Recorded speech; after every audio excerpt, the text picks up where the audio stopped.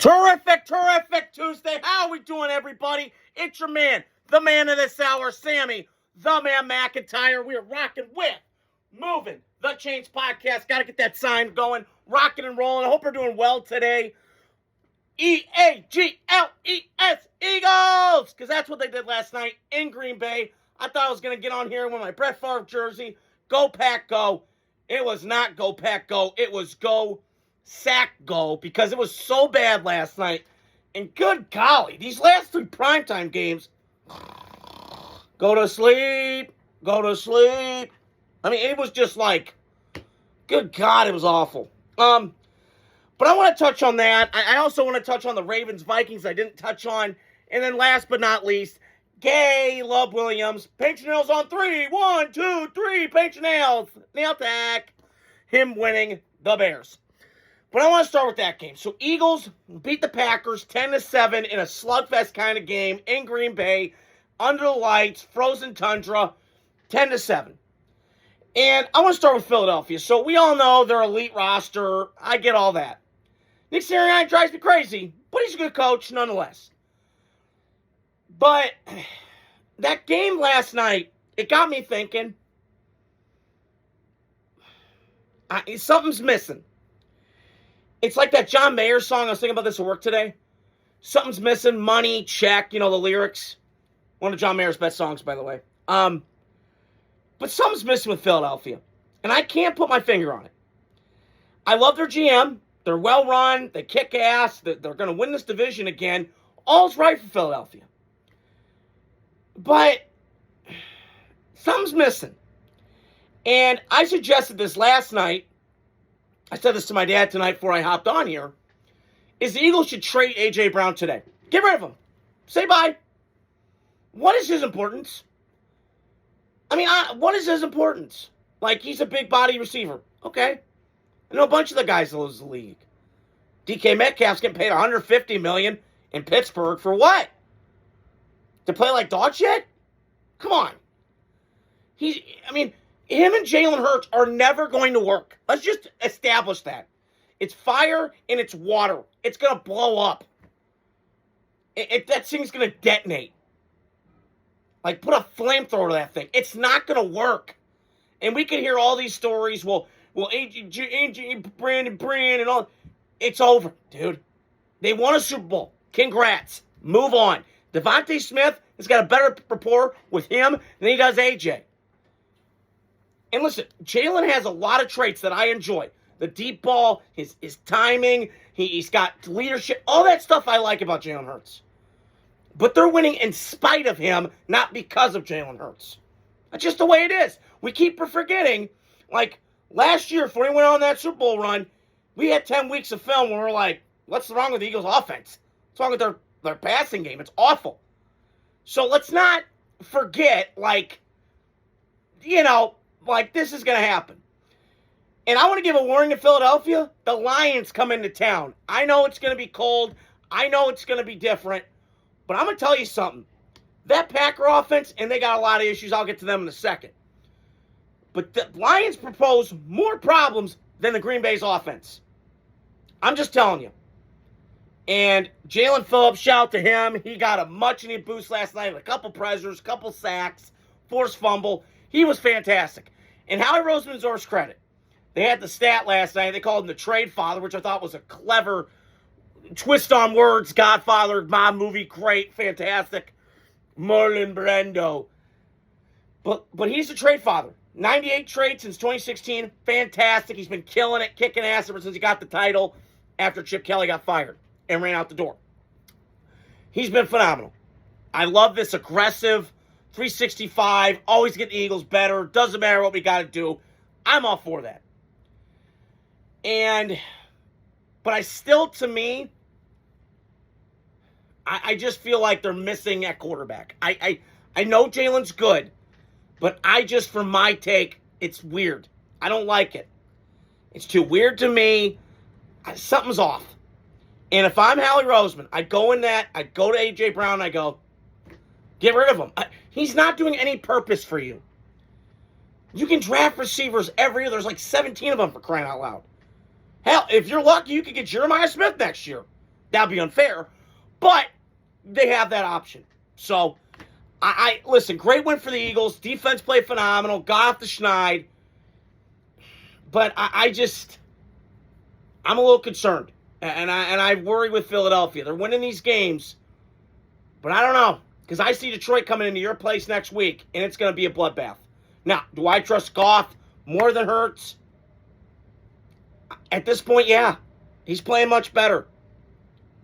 I like Detroit's offensive personnel because they're both two hot teams. But if I'm looking at it from a standpoint of, I don't see much difference between Detroit and Philly. I don't. Offensive personnel, I like Detroit's a little bit better. I just do. Philly's offensive line's getting beat up. They're 20th in running the ball.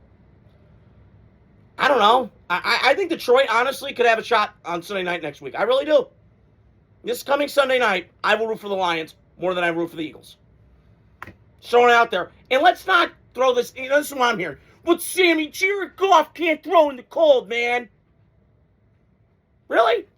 Because if revision's history, Jared Goff went into Green Bay 2022, last week of that year. Green Bay had a shot to get in the playoffs.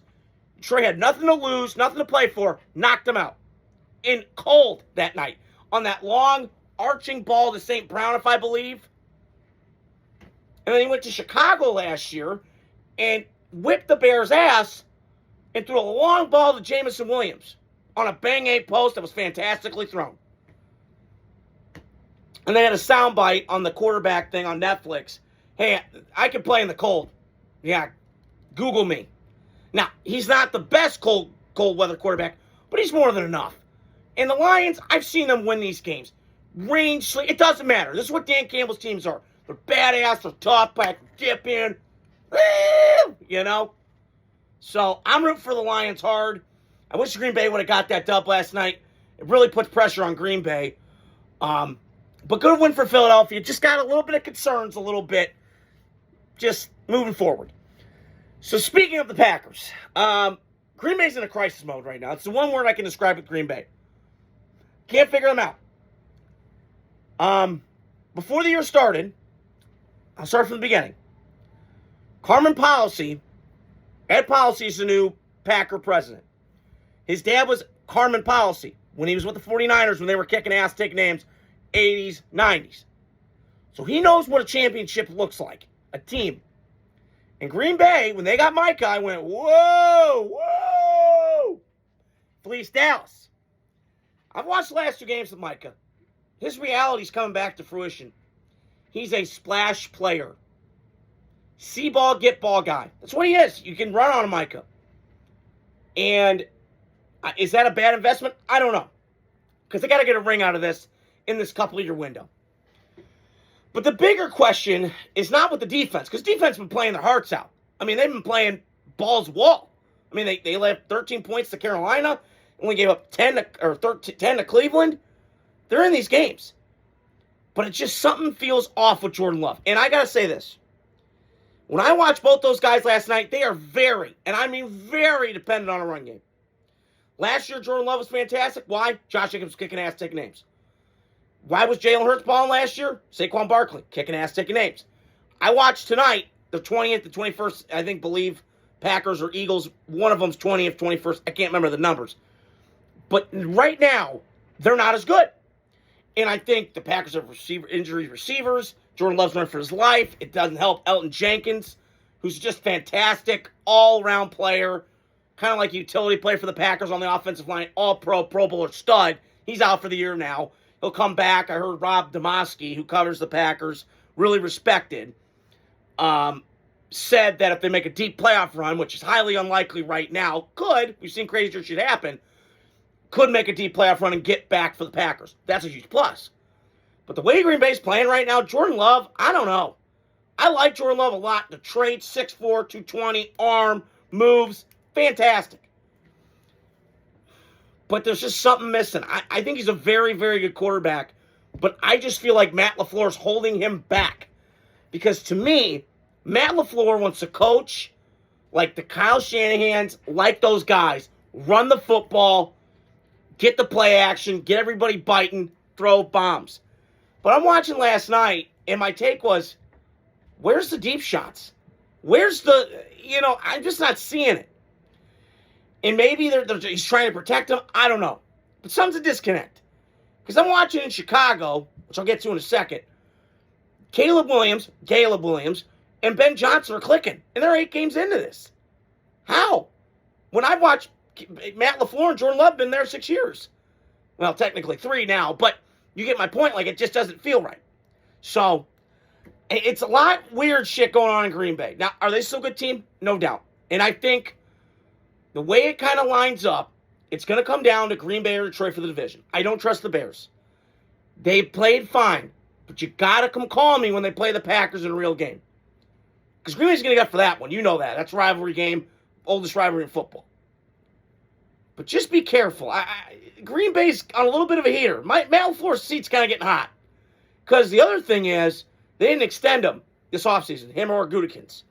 So, you got some question marks in Green Bay. The shitty loss because it was at home. And you can't beat the good teams.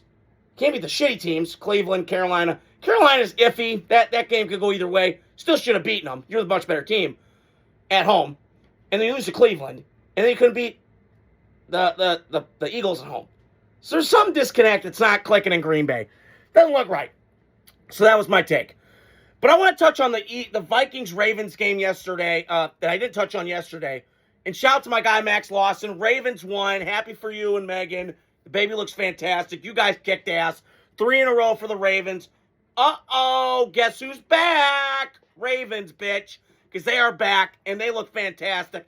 Lamar's back. They're averaging 30 points a game, 6.1 yards per play. They're getting the explosives. They're running the football. Their defense looks fantastic. Malachi Starks. Am I looking at Ed Reed? I mean, his ball skills, the feet, everything, the hips, the movement, it's fantastic. You got Kyle Hamilton. Marlon Humphrey's still making plays. You're making plays. And this is what I credit the Ravens with. We've always said for years, Ravens Steelers in that division are 2 of the similar franchises. Defensive culture, tough, physical, beat you in the alley. Who's going to be the biggest bully on the block? And I've seen that for a long time. But I think, honestly, Baltimore is separated from Pittsburgh. Because when I watch Pittsburgh, they don't adapt to anything. When I'm watching Baltimore, this defense was the worst I've ever seen Baltimore Ravens have. In all my years of watching football. This was like not even as bad as, you could say 07, because Ray Lewis was hurt a little bit, and the Ravens would start off hot, and they faded. Remember when they lost to the Dolphins 1-15.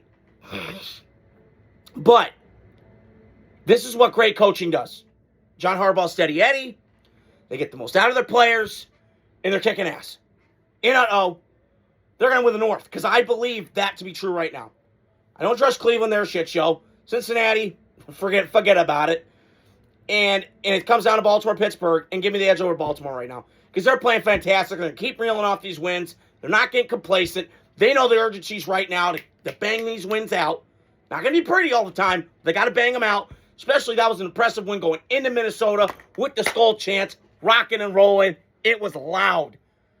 So, good for Ravens getting that win in Minnesota on Sunday in a game against the purple uniforms.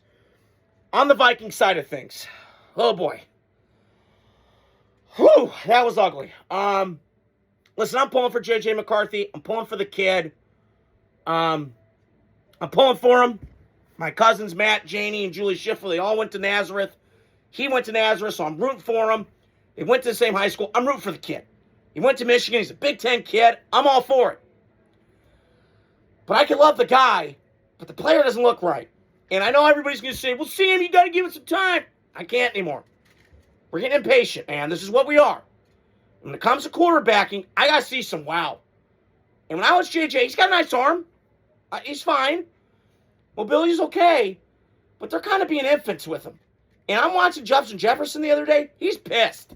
He's got it right, man. I mean, they had a guy that threw 35 touchdowns. He had a good rapport with Sam Darnold. And now this? Doesn't look right. And it shouldn't look this bad. He should know shit by now. Now, I get it's his rookie year. He was hurt all last year. I got all that. But he's been hurt this year, so I can't even judge him on the games that he's played. He's been hurt half of them. So, I can't figure that out. And I feel like I'm watching the same movie. The Colts went through this with Anthony Richardson, the Niners with Trey Lance, and now this. And here's the thing with all three of those they have in common. They all had Super Bowl winning rosters, right? Niners had one. The Vikings sure as hell will have one. I love their coaching staff. They have elite players on defense. Offensively, they're all loaded. Their offensive line's okay, hit and miss. But my point is, they're all there. And then what happens is, you can't get it right. And you whiffed on the quarterback. Maybe it turns it around, but what I've seen lately, Sunday was bad, and he was YOLOing balls. I mean, YOLOing balls. Justin Jefferson's down there. Throw it up. And Justin Jefferson quit on his routes. That's more on Justin Jefferson, but I get his frustration. Don't quit on the route. But JJ put the ball there, you know? So something's missing right there. That's just a disconnect, because this offense should not look this bad. It really shouldn't. When you got Justin Jefferson, Jordan Addison, TJ Hawkinson, decent running backs, okay offensive line, with this play call, with your head coach, who happens to be a former quarterback and the play caller, it shouldn't look this bad. So, it's going to be a rough year for Minnesota. I get that, and it sucks. But I would consider late round taking a quarterback and pushing for J.J. McCarthy, because they got to get something right there in Minnesota, because this team's really good. And the record is not reflective of that this year. But it's a really loaded roster. And if I'm a quarterback and I get drafted to that situation, sign me up, because I will be all in on that. Last game, but not least, was Caleb Williams beat the New York Giants 24-20 on Sunday. I will say I watched most of that game. I was kind of flipping back and forth. I had the Tampa Bay game on. Then I had the Bear game on. I'm still not convinced the Bears. I know. I'm sorry. Caleb Williams, paint your nails on 3, nail tag. Not sold. Not yet. I know. They're 6-3, and I get it. But I'm going to go back to this. You got Minnesota in Minnesota. They're going to be pissed off. Brian Flores is going to go attack Caleb Williams. Bet on that. Because I still believe this Bears interior offensive line is shitty. They put all that money into it, and it doesn't look good. Because Caleb's still doing Houdini shit over and over and over again. And I still contend this marriage between Ben Johnson and Caleb is going to be rocky. It's going to have moments where Caleb's like lulls, like Tebow. It's not good. You got to, again, I scream at the TV because I know football, and it drives me nuts. It pisses me off. So you need a guy that can kind of rein him in, like Mike Holmgren had with Brett Favre. That's what I feel like Caleb Williams has with Ben Johnson, and it can work. I'm not saying the Bears can't be successful, and I'm happy in Chicago sports. The Bulls are back. They look pretty good. I don't watch much NBA. You know, the Cubs won a World Series, and the Bears are kicking ass. And the Blackhawks seem like they have a promising future. I don't watch much hockey. But I still don't trust ownership. Ryan Poles hit and miss. And McCaskey, I said it last week, looks like Biden. We had a great bunch of world wars, man. Oh, my God. So, I don't know. But the Bears look okay. They look impressive. But call me when they beat Minnesota. Call me when they beat Detroit again. Just saying. And the flip side, the Giants. Oh, Jesus. I feel for Brian Daboll. After yesterday, I didn't talk about him firing. But that was hard. And again, he deserved probably to get canned. They had 4 double-digit leads. But I can flip on the other side of the coin and go, well, if my quarterback didn't get cussed 4 times in a year, 4? Quattro? I mean, you can't do much. And so, he didn't kick the field goal, and they had a 2010 lead, and it just kind of added up. But if I'm the Bills, hello? Who's this? Brian Daboll? Is this Josh Allen? Yeah. Can you be my head coach? I knew you were offensive coordinator. Kick ass. Can you be my head coach? Good talk. Fine. Go to Buffalo. If I'm Brian Daboll, Buffalo, get rid of him. If Sean McDermott has another shitty season, which I believe he will, Mr. Al-Qaeda man, that's what I'm about to call him, okay, get him out. Got to go. Bye-bye. You wasted Josh Allen's prime. Go get Brian Daboll. Get him back with Josh Allen. They create fireworks and they kick ass. Do that right now. Now, who are the Giants going to hire a coach? I don't know. Could it be Gruden? It could. I would love it. Gruden deserves to be on the sideline. He's took his time. He's having fun. He doesn't need the money. But he wants to coach again. And I believe he likes Jackson Dart a lot. You could bring Lane. A little iffy with his past. Gruden has too. But I just feel bad for the Giants. And they don't know what they're doing. This feels like the Jets again. Hey, we have Robert Saleh. He's our best coach. Let's fire him. Really? Why? Why are we firing Brian Daboll? He's not your problem. Joe Shane's your problem at general manager. He's your problem. The Giants' problems are GM-based. They're not talent-based. Giants have drafted talent. You know, Andrew Thomas, good player. Your defensive line's solid. Jackson Lawrence isn't playing up to his level, but he's elite. And your O-line's okay. The Giants have players. It sucks Malik Neighbors went down and Scatterboo, but you have players. And I'm guessing the Giants probably beat the Raiders. And they probably beat some other crappy teams. So finish 5-13. Not great. But the Giants do have good things going for them. They have the quarterback in place. You can't say that about the Jets. Giants have the quarterback in place. But he's got to learn to, it's going to rear his ugly head. Got to learn to slide. He's like Evel Knievel, man. I love watching the entertaining part of it, but it's bad. So that's all I want to touch on tonight. I'll give you guys more content throughout the week. We got NFL picks. I got college football. I got Notre Dame this weekend. Hope you guys are doing well. Terrific Tuesday. Adios. Godspeed.